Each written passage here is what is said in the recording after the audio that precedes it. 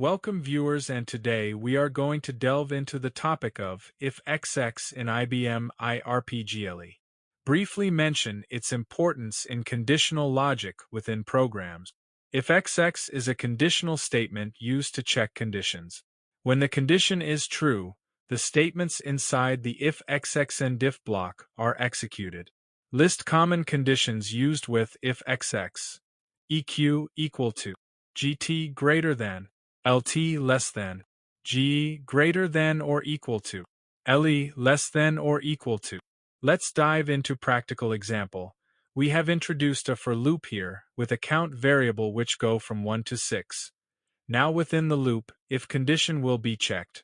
If count equals to 1, program will display for loop started sum for index 1. If count equals to 6, program will display for loop ended sum for index 21. IFxx is an essential for conditional logic. That concludes our explanation of conditional if in IBM IRPGLE by programmers.io. Stay tuned for more insights into IBM IRPGLE programming. Thanks for watching.